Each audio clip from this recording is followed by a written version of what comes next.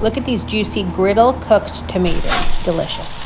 Hey there, today we're gonna make a yummy recipe. It's like a burger edition, but you could top anything else with it. I don't know what else you'd wanna do.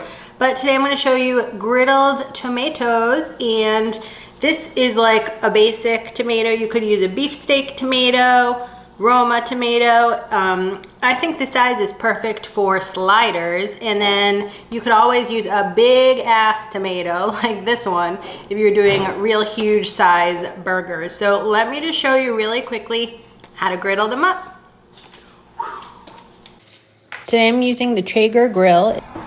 All right, let's griddle.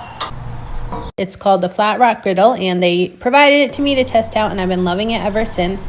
I put down 1 tablespoon of butter and about 1.5 sliced tomato here. I don't like to add the ends of the tomato, just the inside, which will have 2 flat sides. So that's how I ended up with 8 slices of tomato. They're about 1/2 inch thick. I thought they'd be the perfect slider size. They do get juicy and caramelized quite a bit.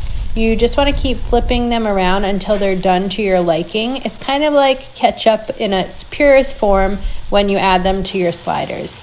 So they cook up in just 1 to 2 minutes per side. I only flip them here once, and again, they're cooking on medium heat. Look how beautiful that is. I like to add them to toasted slider rolls and not just plain bread that hasn't been toasted, so it holds up a little bit better. I am super pleased with how those yummy tomatoes turned out.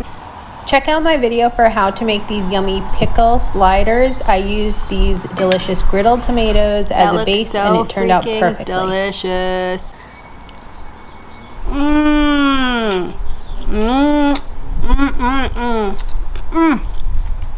Oh my God. Ah, perfection.